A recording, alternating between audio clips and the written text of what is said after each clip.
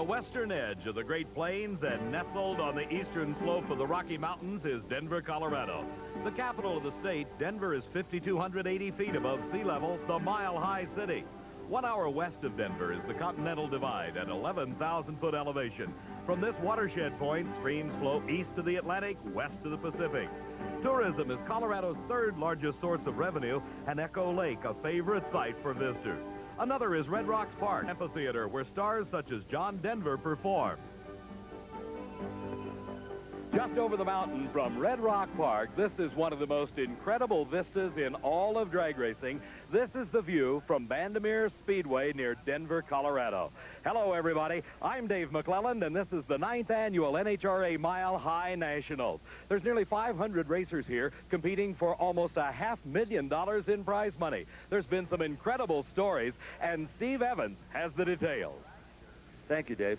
Anyone who saw our Budweiser Summer Nationals coverage from Englishtown, New Jersey just 2 weeks ago knows the big excitement was created by Big Daddy Don Garlits and his now famous over-backwards wheel stand. The question was, could he get that car repaired and back on the trail in just 2 weeks to be here for the Mile Highs? The answer is yes. I talked to him just before first round action. Don, when you got the black car back to your shop in Ocala, Florida, how much damage had the moonshot at Englishtown caused? Well, did extensive damage to the front end, Steve. The back end went into the jig real nice. There was no damage to the back for all practical purposes, but we had to put almost all new tubing from the driver compartment forward, and a new front end, lots of repair to the fuel tank, and it was hurt pretty bad up there. Big Daddy's hopes for an immediate comeback were shattered earlier today in round one top fuel action. Dick LaHaye, runner-up at the last two events and really hungry, carted a 5.77 elapsed time to Garlett's slower 5.86. Big Daddy was done.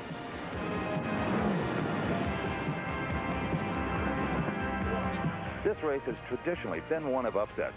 A combination that might be a world beater at sea level suddenly becomes an also run at 5,800 feet. That might be what happened to this car. Darrell Gwynn, who's been so strong, he won the last two races on the NHRA circuit. But in round number one earlier today, Joe Amato came from behind a stunning 5.69 to just drive around Darrell Gwynn's 5.76. Neither driver knew who won.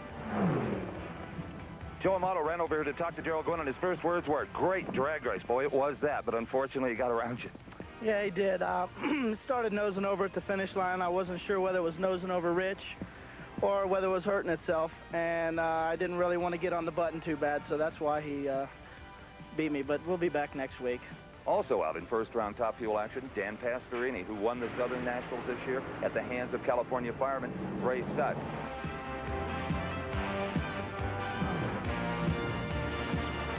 The happiest first-round winner had to be former boat racing champion Eddie Hill. Even though Gary Ormsby broke on the starting line, Hill carted a fine 5.78 elapsed time, and what a celebration. You'd have thought they won the whole race. After totally dominating drag boat racing for at least 10 years, winning everything there was, it has taken Eddie Hill 1 full year to get his first win light in NHRA national event competition, and that's a happy crew you see coming in behind him. Good job. Maybe shaving your beard off had something to do with it. Yeah, maybe a little later or something. God, it feels great, man. It took a year, but, man, it feels good.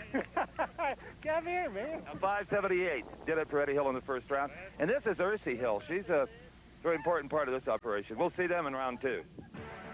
Round one of Funny Car was far more predictable. All of the sea-level hotshots also made it work a mile high, especially this man, Kenny Bernstein. Low elapsed time of the event at 5.82 seconds.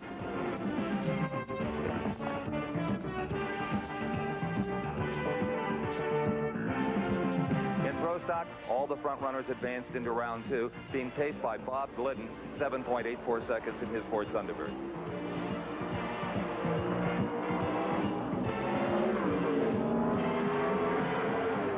It's obvious that Bob Glidden is maintaining the performance level with his T-Bird that he had a couple of weeks ago when he set the NHRA national record.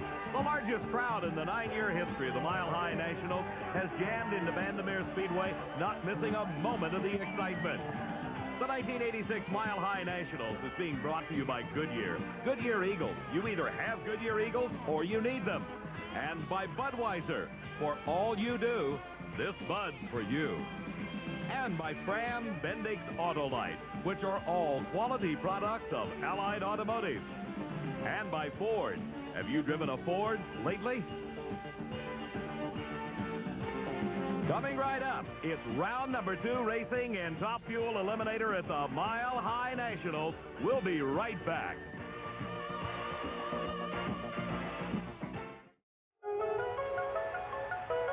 In the high country of Colorado, one of the most beautiful sights of all is a free-flowing mountain stream, like Idaho Springs. Waterfalls such as this have been a source of power for years. This spring is complete with its own water wheel. But for the racers coming to the mile-high altitude of Bandimere Speedway, they have to make some changes. Steve has the story. The first thing you notice when you drive to higher elevations is your car runs terrible. It doesn't have any power, it doesn't want to start, it stalls very easily. The racers have the same problem when they come from sea level to Bandimere Speedway, elevation 5,860 feet. The Top Fuel and funny car guys like Billy Meyer have found some ways to try to bring some of that power back on the mountain. Let me show you. One thing you can do is to come here with an engine with higher compression pistons, okay? Now that would be the mountain compression, about 9 to 1, and this would be sea level, about 6 to 1. Another thing you can do in that same engine is install a different camshaft with the lobes ground to allow the intake valve to remain open longer, the exhaust valve to open later, hopefully trapping more air into the cylinder. Now the third thing you can do, and about everybody does, is drive the blower harder than you would at sea level. And they do that by putting a giant pulley down there on the bottom to drive a very small pulley on the top. That's about a 59% overdrive compared to maybe 39% at sea level. Now, the final thing, and everybody's favorite, more nitromethane. This is right out of Billy Meyer's tank, 100% uncut nitro. Street value, about $24 a gallon. Nitro is an oxygen bearer. That's why they use it in the first place. But should you move to a Denver and Aspen, don't worry about your passenger car. Just have the carburetor rejetted. It'll run fine. Slow, but fine. Steve, that's kind of like me. Slow, but fine at this altitude. Here's Larry Miner, the owner of the Larry Miner Racing Team. 2 Top Fuel dragsters in a funny car. This is the boss himself. Miner has all 3 of his cars in competition at this event, as does the owner of this car. This is the car owned by John Kerry and driven by Hank Endres. Would you believe the difficulty in campaigning 3 Top Fuel dragsters at one time at one event? 2 out of the 3 qualified. Hank Endres did the best, qualifying in the number 8 spot and making it here to the second round. The other car owned by John Kerry that qualified was Jody Smart. He lost in the first round of racing. Endres, based on the East Coast in his hometown of Pennsville, New Jersey, defeated Texan Gene Snow in the first round of racing at the Mile High Nationals, while Larry Miner defeated Richard Holcomb of Georgia. Miner lives in San Jacinto, California, and is in agribusiness. He owns one of the largest potato farming operations anywhere in the United States. Utilizing some of the new techniques in aerodynamics, the Kerry car has the fully enclosed driver's cockpit, and the fuel tank in the front has been modified somewhat to take advantage of the aerodynamics of that, using it as a wing, trying to force the front wheels on the ground. The more conventional style car for Miner in the far lane. Practically invisible light beams stretch across the starting line. The 2 cars come into those beams, they're staged, and it is a great start for Hank Endres. But look at Larry Miner come on, and it's a finish line. By half a car length, Larry Miner wins the race. Oh, that was incredibly close. 5.78 second elapsed time. His speed, 251 miles an hour. As we look again, Endres appears to have the advantage right off the starting line. Then Larry Miner's car loses traction. That's the tire smoke you see. Those tires are actually spinning, and Endres has a nice lead at this point. But the last half of the track is all Larry Miner's, as he blows past Hank Endres, and at the finish line by half a car length, he wins the race. Well, for a fellow who doesn't race all that often, Larry Miner looking very strong today. Your 578 to his 579. Well, Steve, the car's running pretty good. We've got the new Pete Jackson fuel system on it, and I tell you, it's good to be back out here, and we're going to do a good job for Miller this year. Back at the starting line, no, you're not seeing double. This is the second Top Fuel dragster in that Miner team. The funny car, driven by Ed McCulloch, lost out in first-round competition. This is Gary Beck in the near lane. In the far lane is the California fireman, Ray Stutz. You saw him upset Dan Pastorini in the first round of racing. but for the car that appears identical to Larry Minor, got one of the all-time great drivers in drag racing, Gary Beck. In first-round competition, Beck defeated Jody Smart. Ray Stutz from California, a fireman by trade, but he has got a rather unique avocation. He raises snakes, exotic snakes, that he then resells for nearly $1,000 apiece. The crew chief for Gary Beck, Bernie Federley, holding his hand out, telling Gary, hold up for just a second. Let's make sure the engine has the proper amount of heat in it before we go to the starting line to make this run. Gary Beck, two-time world champion back in 1974 and 1983, is a 19-time winner on the NHRA National Event Circuit. For Ray Stutz, he has yet to collect his first major event victory. Both cars coming into the staging beams, awaiting the green light, and it is Ray Stutz off first by a big lead, and he extends it at the finish line. Something going wrong with Beck's car, and Ray Stutz advances to the semifinals. A very respectable 5.85 second elapsed time. His speed, 231 miles an hour. Back in the funny car pit area, Mark Oswald, the number 2 qualifier, hard at work, getting his Pontiac Trans Am bodied car ready for round number 2 racing in funny car that'll be coming up in just a few moments. The crew completely disassembling this engine. That's routine maintenance between rounds on these nitro-burning engines. Here is Shirley Muldowney, the premier woman driver in all forms of motorsports, making a dramatic comeback after a disastrous accident back in 1984 at the NHRA Grand Nationals at Saint-Air near Montreal, Canada. She is racing against Eddie Hill, who upset Gary Ormsby in the first round. We didn't see Shirley in our USA Sports coverage of the NHRA Summer Nationals a couple of weeks ago. It was at Saint-Air this year that once again that racetrack almost got the best of Shirley Muldowney. A gigantic engine explosion. The car going sideways, almost losing control was Shirley, but this time she was able to drive out of it. However, the mechanical difficulties caused by that engine explosion so intense, she was unable to make the race at the Summer Nationals. But here at Denver, she has regained the performance level, qualifying in the number 3 spot and beating Connie Coletta, the defending champion, in the first round. And look at the whole shot for Eddie Hill. He gets off the starting line first. Shirley is trying to catch him, but Eddie Hill upsets Shirley Muldowney. And Eddie Hill, with a 597, 240-mile-an-hour run, is slower than Shirley's 591, but look how he won it. At the starting line, the car in the far lane, Texan Eddie Hill puts a driving job on Shirley Muldowney. He gets the advantage off the starting line and holds on to take the win a quarter of a mile away. At that finish line, you can see Shirley Muldowney is closing fast, but not quick enough to catch the fleeing Texan, who wins the race by just a half a length. Good driving, huh? Oh, it just felt wonderful, wonderful. I didn't know whether it was better driving or what. It's just great to be here. 2 rounds. Yeah. Let me go say something to Shirley. Excuse me. Sure. Ever the Southern gentleman, Eddie Hill out of Wichita Falls, Texas, heads over to pay his respects to 3-time world champion Shirley Muldowney. Eddie Hill with a whole shot victory and a very happy Ursi Hill as they will be going into the semifinals. Back at the starting line, this is Dick LaHaye. Meantime, Steve has had a chance to catch up with Shirley Muldowney. Well, the elation being felt over in the Hill crew, obviously, there's none over here, Shirley. No, there isn't. And just a little bit quicker. I thought I had him in the lights. It was real close. It was hard to tell. They told me I was late.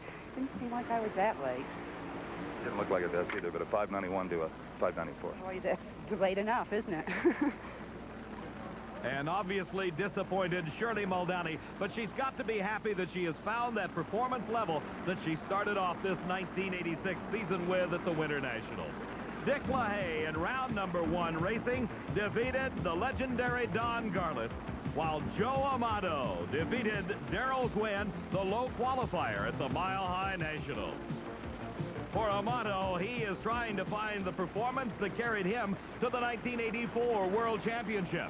Amato is in the far lane, LaHaye in the near lane. Both drivers being cautious about the staging procedures. They want to make sure their cars are set just right. And a great start for Dick LaHaye. He's got the advantage. But at the finish line, a close race again. And Joe Amato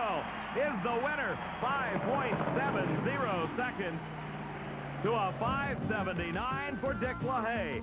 Again, in slow motion, you can see just how close this race was. Off the starting line, it's almost dead even. The tire smoke begins for Dick LaHaye. His car has lost traction. That wipes out the starting line advantage he gained by the brilliant driving job.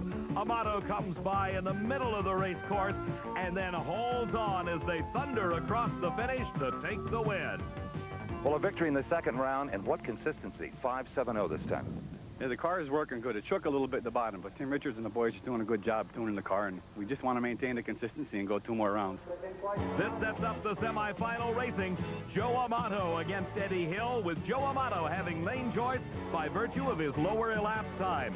Larry Minor will go against Ray Stutt, Minor having lane choice.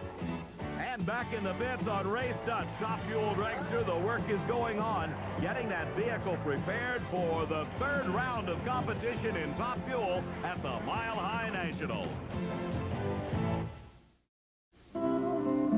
There's gold in them there hills. That was the cry that brought thousands of people westward in the late 1800s. This gold mine, the Argo Gold Mine, was in business up until 1943, and you can still pan for gold. And they're panning for gold at Bandimere Speedway.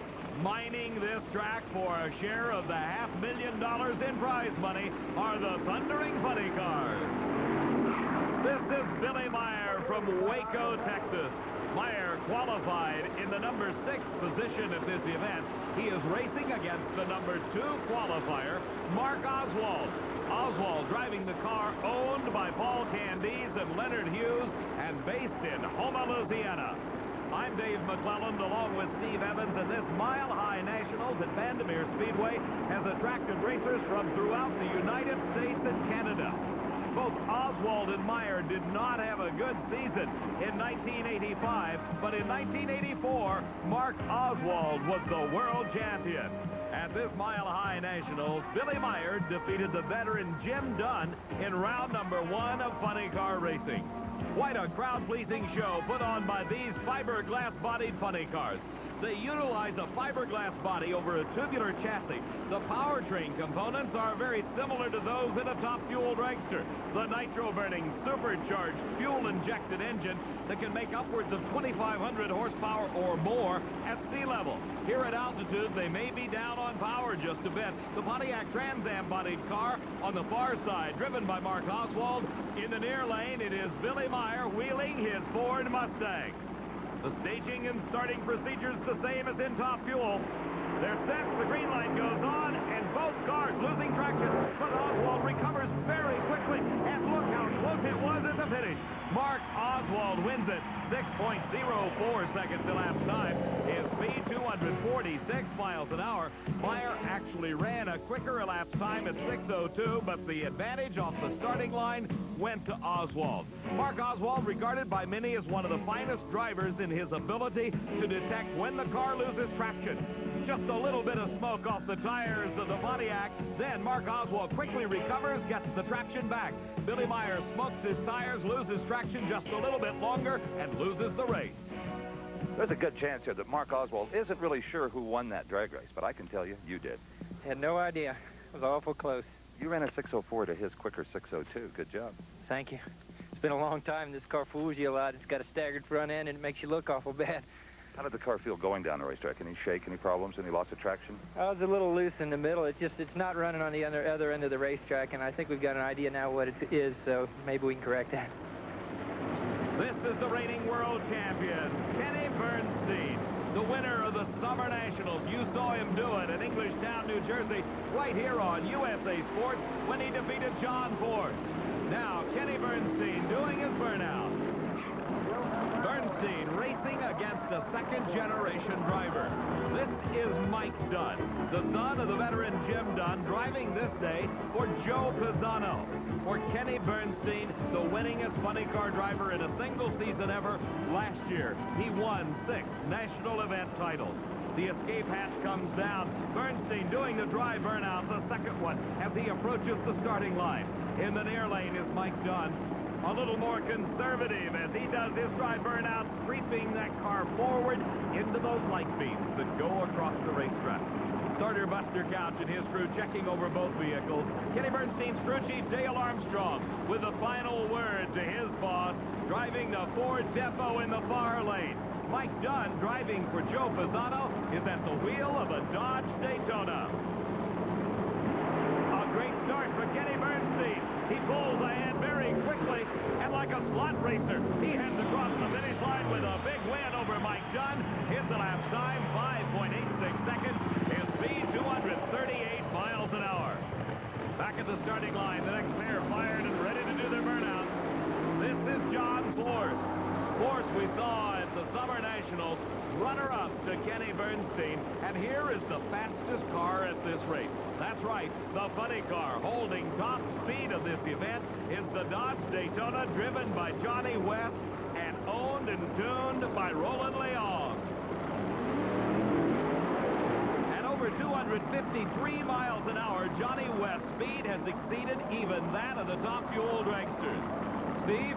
Well, they don't come much smoother or much nicer than that, Kenny. A 586, no contest. Oh, that's super. It was pretty loose up there on the dry, and I had to do another short hop, and Dale was directing me, said to hang on to it. She was going to be a little skatey, and it was. So. How does he tell you that? Well, he just goes, you know, like that, and he pushes me back a little further, and I do another dry. Whenever I'd have to do more than one dry, I know that we've got some problems in the slickness area and the tire spinning, so I know what he's telling me. Bernstein, the #1 qualifier, has shown remarkable consistency thus far in elimination. Roland Leong looking over his Dodge Daytona, driven by this man, Johnny West of Phoenix, Arizona, defeating Tim Gross in round #1. John Force, runner-up, 8 times on the NHRA National Event Trail, defeated Della Woods in the first round, and Force qualified here in the #7 spot. West, your #3 qualifier, has got to be considered the favorite in this race. And don't forget, West holds top speed of the meet at over 253 miles an hour. Force from Yorba Linda, California, using a Chevrolet Cavalier-bodied car. He finished 5th in the world last season. Both cars coming into those staging beams. They're ready. A green light starts for both drivers. Both of them smoking the tires, but West recovers first, and Johnny West wins the race. The Roland Leong crew quite happy with the time, 5.94 seconds, and once again, 250 miles an hour plus for Johnny West. As we look in slow motion, you can see almost an even start off the line. Then, as they get a few hundred feet down track, the tires begin to smoke. First for Johnny West. He senses that, backs off the throttle, regains the traction, and at that point has pulled ahead of John Force. Then, as the final few feet of this racetrack disappear, Johnny West crosses the finish line first. Johnny West goes into the semifinals with a fine 594. He might have made the first move up there, though. Well, I've got this sleepy syndrome this week. I don't know what the heck's wrong with me. Need a nap. Oh, no. Actually, it's been a little bit easier for me this week, and, you know, I don't know what's wrong with me, but definitely the car's making up for it, and it's saving me. Big speed, 250. Well, the car's been making plenty of power. We've had a tough time getting a hold of the track all week. But in fact, that car is running faster than the dragsters. You have top speed of the meet in qualifying at like 253. Why? Well, I don't know. I guess a lot of the dragster guys would like to know that, too, and they're all trying to hire Roland right now to find out. Seeing this out. Thank you. Johnny West going into the semifinals. Here's the final race of this round, and we have only a single car. Steve Hodgkinson of Oklahoma City, Oklahoma, gets a big break. Jack Holsey was to have been his competition. Holsey suffered mechanical problems in round #1, unable to make the call for this second round of racing, so Hodgkinson gets a bye. The question is, will he make a hard run trying to get lane choice? The lane choice in the next round going to the man having the lower ET of the previous round, and it won't go to Hodgkinson. He saves his parts and pieces, shuts it off, and just coasts through with a 9.19 second elapsed time. But that sets up our semifinal pairings at the Mile High Nationals in Funny Car. It'll be Steve Hodgkinson going against Mark Oswald. The other pair finds Kenny Bernstein against Johnny West, with Bernstein having lane choice. Here's Steve. Steve Hodgkinson, in only your 3rd race as an NHRA Pro Funny Car pilot, going to the semifinals. Got to feel good. Feels great. We don't have a sponsor, and that kind of limits us to what we can do. That's why I didn't run any farther than I did this round. We were lucky to have a single that put us up in the semis, so And I don't know how important lane choice is. Kenny Bernstein seems to think it is. Well, I don't really feel there's that much difference out here today. They're pretty close to the same. Well, you're going to have to match wheels with one of the big boys, Mark Oswald, coming up. We've run him before. There's no problem. Thanks. Steve, that's what I'd call a confident young man. Back in the Eddie Hill pit area, lots of racers and lots of crew members from other teams over to help as they get ready for the semifinal race against Joe Amato. One of the scenic vistas in the high country of Colorado is Clear Creek as it cuts through Devil's Gate Gorge that's spanned by the Devil's Gate Bridge. The Georgetown Loop Railroad, an 1884 narrow gauge railroad totally restored, is a real attraction for visitors. A real attraction on the drag racing trail will be the Quaker State North Star Nationals coming up in Brainerd, Minnesota, August 15th through the 17th. Then over Labor Day weekend, August 28th through September 1st, the granddaddy of them all, the U.S. Nationals in Indianapolis. There's been some tremendous happenings here. Steve? Dave, over the years, we've talked about violent engine explosions. Well, Gene Snow had one in qualifying here at the Mile High Nationals. More like a strange engine explosion. Look at this. No one has ever seen anything quite like it. That is an intake valve impaled right in the center of a piston. Now, first it looked like it tried to go over there and said, no, I don't like it there. I better center myself. The amazing thing is the blower didn't even come up. Everybody has been by to look at this part. No one, as I said, has ever seen anything like it. And Big Daddy Don Garlitz is trying to get it from Gene for a display case in his drag racing museum in Ocala, Florida. Just incredible. Incredible and expensive, Steve. A tough break for Gene Snow when that engine let go. This is Pro Stock Eliminator, semi-final round of racing. The world champion, Bob Glidden, in his Ford Thunderbird, regaining the form that carried him to that world championship, but he has yet to win a race this year. Here is a surprise. Stan Mizell defeated a breaking Butch Leal in the second round of racing to earn the right to race Bob Glidden. These are very exotic race cars using 500 cubic inch engines, 2 4-barrel carburetors. They race on pump gasoline, and it is close competition. Stan Mizell in the near lane, Bob Glidden in the far lane, and the whole shot to Mizell. Mizell could pull off the upset. He's got the lead, but look at the power of the Ford Thunderbird. And by a couple of car lengths, Bob Glidden wins the race. 7.92 seconds. His speed 174 miles an hour, but Stan Mizell of Green Cove Springs, Florida, gave it all he had. The Camaro, driven by Bruce Allen, racing against the Oldsmobile Forenza of Warren Johnson. In the previous round, Johnson defeated Joe Lapone, while Gordy Rivera was the victim of Bruce Allen. Allen's car, the Chevy Camaro, campaigned by Raren Morrison out of Arlington, Texas. They are considered to be one of the premier Chevrolet racing teams in the country today. The Oldsmobile of Warren Johnson out of Duluth, Georgia, utilizing a 500 cubic inch Oldsmobile racing engine. A great start for both drivers, and this is a close race. Look at them as they head to the finish line. It's anybody's race, and Warren Johnson wins by a matter of inches. 7.98 seconds. His speed 174 miles an hour. As we go back and look again in slow motion, you can see just how close this race really was. Both these drivers were looking at each other all the way down the racetrack. An almost even start off the line. The Camaro in the near lane, the Oldsmobile in the far lane. At this point, maybe by inches, Warren Johnson's ahead, but Bruce Allen put on quite a charge as he came up alongside of Warren Johnson and stayed there as they marched their way through the trap at over 170 miles an hour. And there you see, Warren Johnson wins it to set up the finals. Bob Glidden, the world champion, against the most recent winner on the national event trail, Warren Johnson. Bob Glidden will have lane choice. In Kenny Bernstein's pit area, the work goes on, getting the car ready for the semifinal round race against Johnny West. I'm Dave McClelland along with Steve Evans, and we're certainly enjoying our visit to the high country of Colorado. This is the beautiful community of Georgetown, where the public-spirited citizens have done an outstanding job in preserving the Victorian architecture so popular back during the Gold Rush era in Georgetown. On the starting line at Bandimere Speedway, we're set for the semifinal round of Top Fuel racing. If this looks like a rematch of the previous round, it practically is. The only thing that has changed is the driver in the far car and the car itself. It looks identical to the previous round, but this is Larry Minor, the team owner. In the near lane is Ray Stutz, the man that beat Gary Beck. But he's got his hands full with the boss. Larry Minor has got a lead that he will not give up. And Larry Minor goes into the finals of the Mile High Nationals. His elapsed time, 5.82 seconds. His speed, 244 miles an hour. This is the Texan, Eddie Hill, 50 years old, 20 years out of drag racing. He's back into the sport, and now in the semifinals to race against Joe Amato. Steve has had a chance to catch up to Larry Minor. Well, Larry Minor said earlier he was just out here having fun. Well, now we're having tons of fun going into the final round. A 582. Well, it slowed down a little bit, but, you know, I didn't think the track was as good, and we put a little bigger gear in it and took a little bit out of the engine. And, of course, the air's going away, too, but...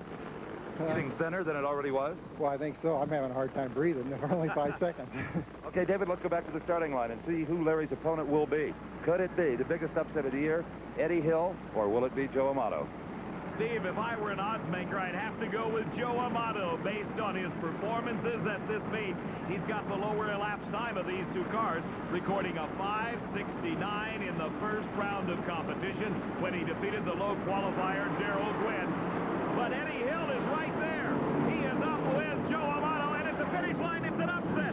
Eddie Hill pulls it out in the last few feet as Amato has engine problems. The crew absolutely overjoyed as Eddie Hill's 5.78 second, 246 mile an hour run, good enough to put him in the finals against Larry Minor. As we see in slow motion, the very slight advantage off the starting line went to Joe Amato. Amato appears to be building a lead at this point. As Eddie Hill begins to smoke the tires, he falls behind. Then, as they approach the finish line, which is 1,320 feet down track, it is Eddie Hill by inches.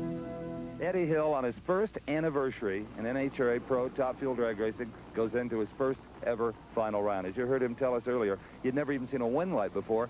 Now he has already collected 3, including one over the always tough Joe Amato, who is the quickest man in this race. I've got to talk to Eddie before his crew gets here while I can still hear. Congratulations. How did the run go?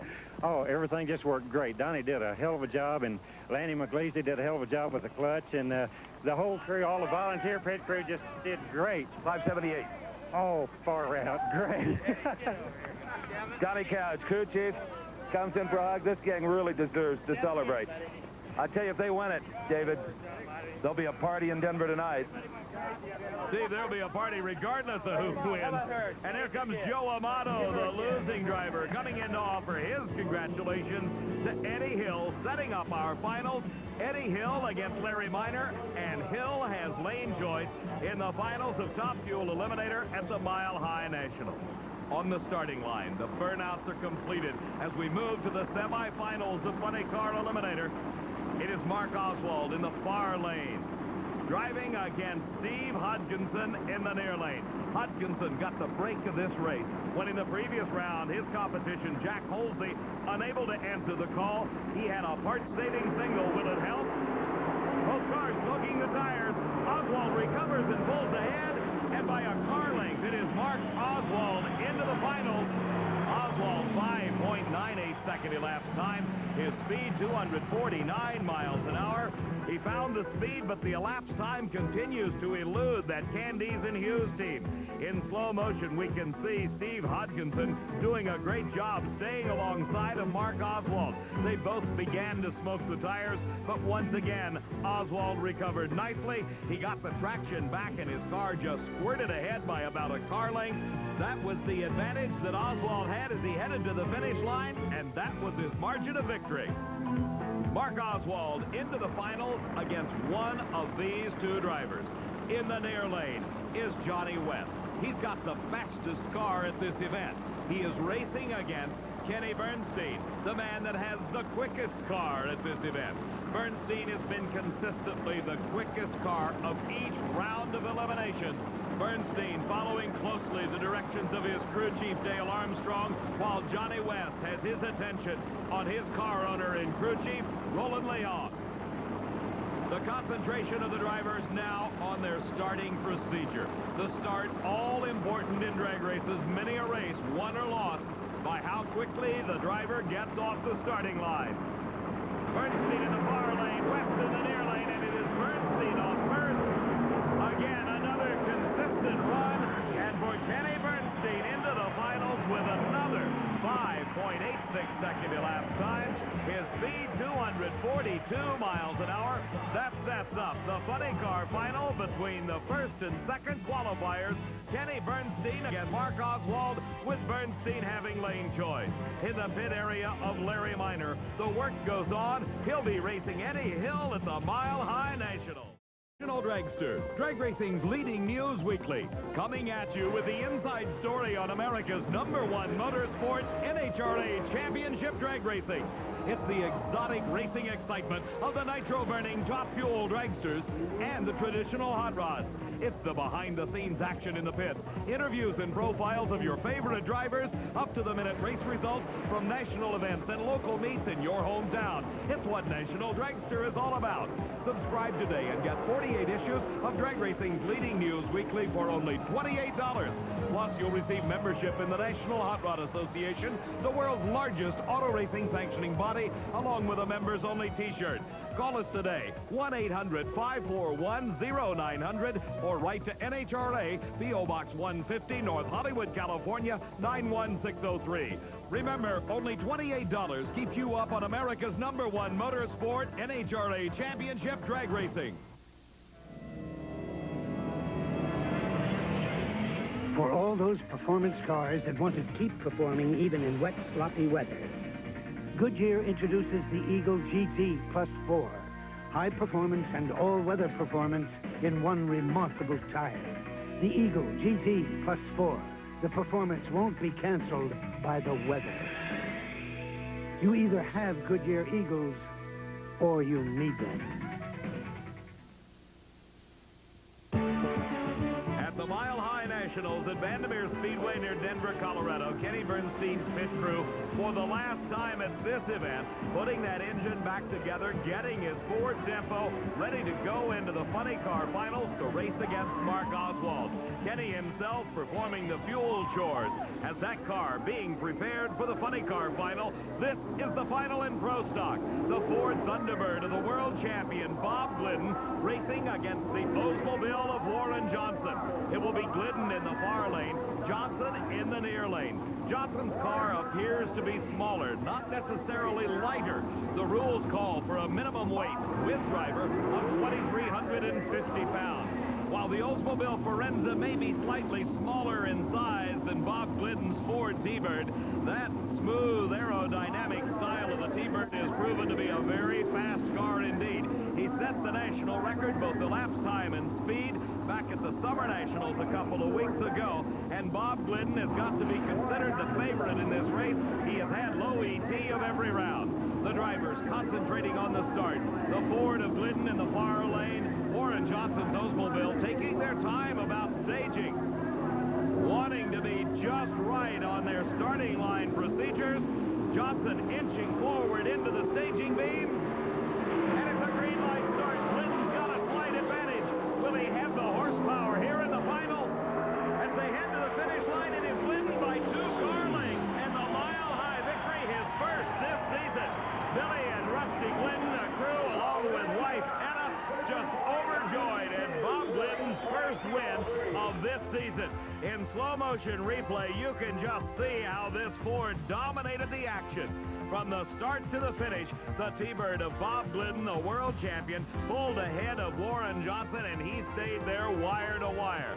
Coming down to the finish line, the lead was even extended as they passed the NHRA official standing at trackside, watching out for any of the problems. Glidden had none as he crossed the finish line 2 car lengths ahead of Warren Johnson. Winning his first race of the season has got to feel almost as good as the first race of your career, the way this year has gone. Absolutely, Steve. We begin to wonder if we were ever going to win another race. This is a very important race for us. You know, at this point in the Winston points last year, we were about a heads-up race, Warren, myself, and a few others in the chase.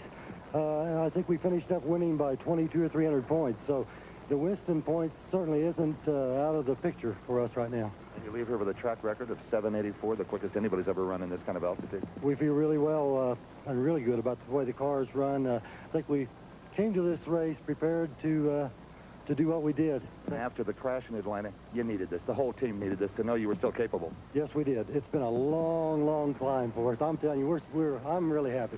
I can tell. Pro Stock champion, the Mile High Nationals, Bob Glidden. Steve, I can tell that Bob Glidden's happy, raising his hands, giving himself a round of applause, and now shaking hands with the turnaround workers. Bob Glidden, the Pro Stock champion at the Mile High Nationals. There's trouble on the racetrack for Eddie Hill. The finalist in Top Fuel Eliminator can't get the car to go in reverse. Lots of crew members, lots of help out trying to push him back. Larry Minor, his opponent, is sitting patiently waiting. The car now is being pushed back, but these cars tend to overheat rather rapidly. The question is, how long can Minor wait? He's sitting there watching as Eddie Hill, using everybody that he can find to push him back. When the reverser breaks in these cars, they weigh about 1,900, 2,000 pounds, and it takes a lot of manpower to push them back. The crew doing a valiant job, but they're still a long ways from that starting line. And NHRA starter Buster Couch gives the word to Larry Minor. Bring the car forward and stage it. He waves to the guys pushing back Eddie Hill. Get out of the way. The green light is on for Larry Minor. He is your champion in Top Fuel Eliminator, and the engine giving problems for Minor. It may have overheated sitting there on the starting line, and he smokes out a lot of the pistons, burning the pistons as he goes across the finish line, but the win is his. 5.90 seconds. Larry Minor, your champion in Top Fuel.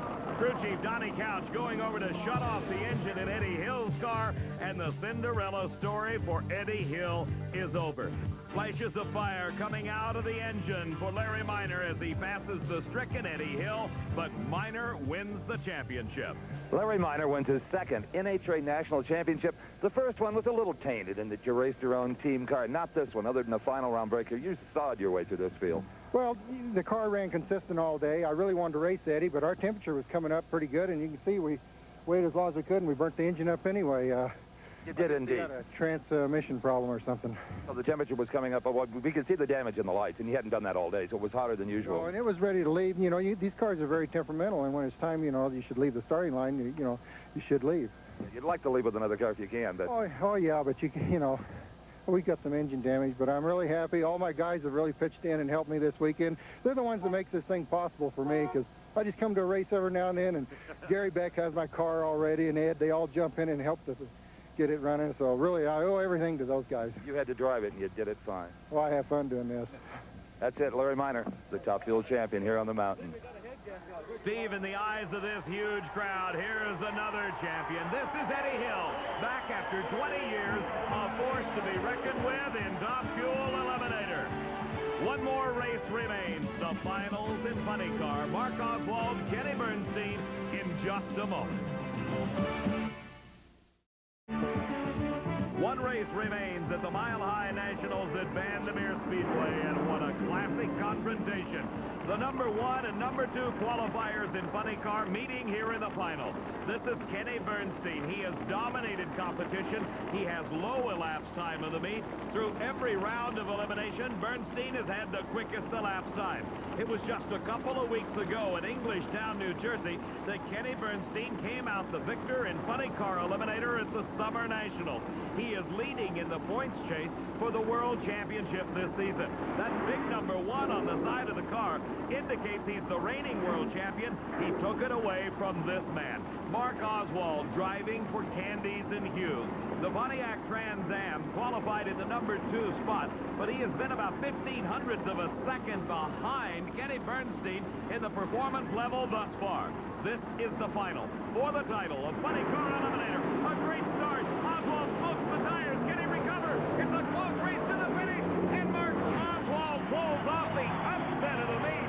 He establishes low elapsed time at 5.81 seconds at 252 miles an hour. Mark Oswald, your funny car champion. When they leave the starting line, it is a perfect start for both drivers. The front wheels on Oswald's car off the ground. As they come back to the pavement, the rear tires begin to smoke. But as I told you before, Oswald, one of the best. He recovers quickly, stays alongside of Kenny Bernstein, then begins to inch ahead to the finish line where it's just a matter of a couple of feet. Good race, Kenny. Not only does Mark Oswald win the Mile High Nationals, Mark, you took low elapsed time in the event away from your opponent, Kenny Bernstein, a 581 and a speed 252 miles per hour. I left the valve all the way open. It was awful close. Ours hazed the tires in the middle of the track, and he was out in front of me, and I come back around. It was just, they put up a hell of a race. So those guys, when you can beat a car like the Budweiser car, you know, the Old Milwaukee brewery can be plenty proud, because those guys are tough. I would have to say the two of you right now are the toughest funny cars in this sport. Thank you. I appreciate it.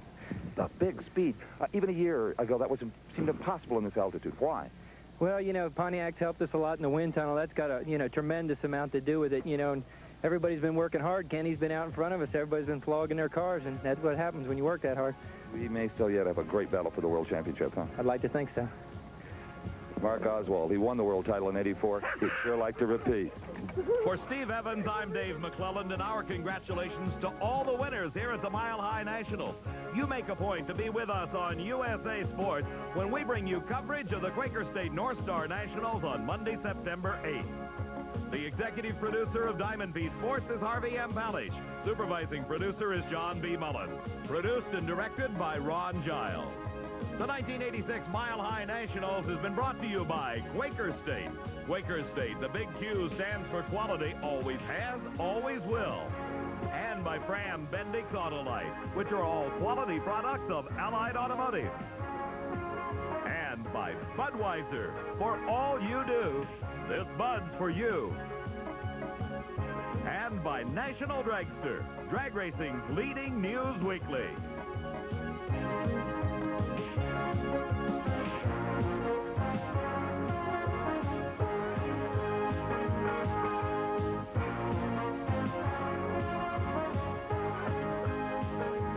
Coverage of the 1986 NHRA Mile High Nationals has been a presentation of Diamond P Sports.